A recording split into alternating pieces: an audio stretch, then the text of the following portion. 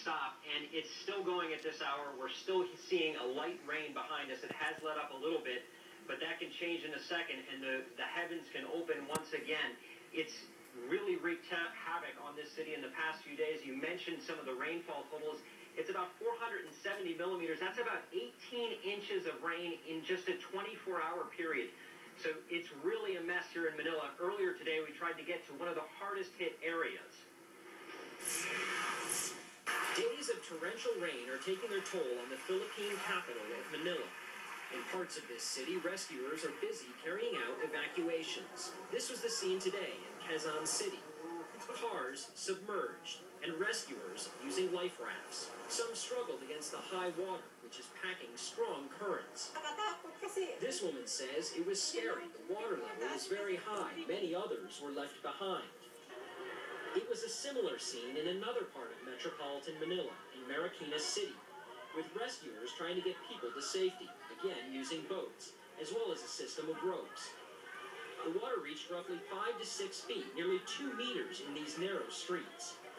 This woman says she got separated from her son as they tried to flee their home, and just getting into the area is now proving to be a real challenge.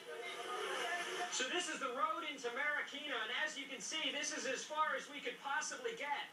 Up there in the distance is a bridge crossing the Marikina River. The main concern right now in this area is getting these people to higher ground, as the floodwaters are rising and more rain is in the forecast. Forecasters say the rain won't let up for at least another 24 hours. That is not welcome news for the 12 million people in this city, large parts of which are already underwater.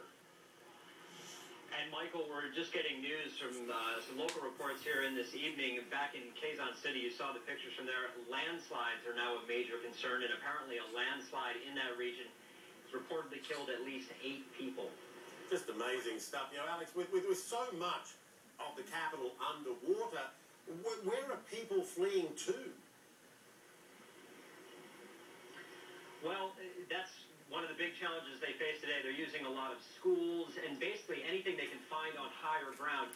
It's an interesting, you know, there are parts of the city that everything's soaked, of course, but there are parts of the city that are just basically quiet because everything's shut down. The stock exchange was closed, businesses and stores were closed, classes were canceled. I have a feeling that much of that's going to be the case tomorrow. They're just making the announcements at this time of the evening.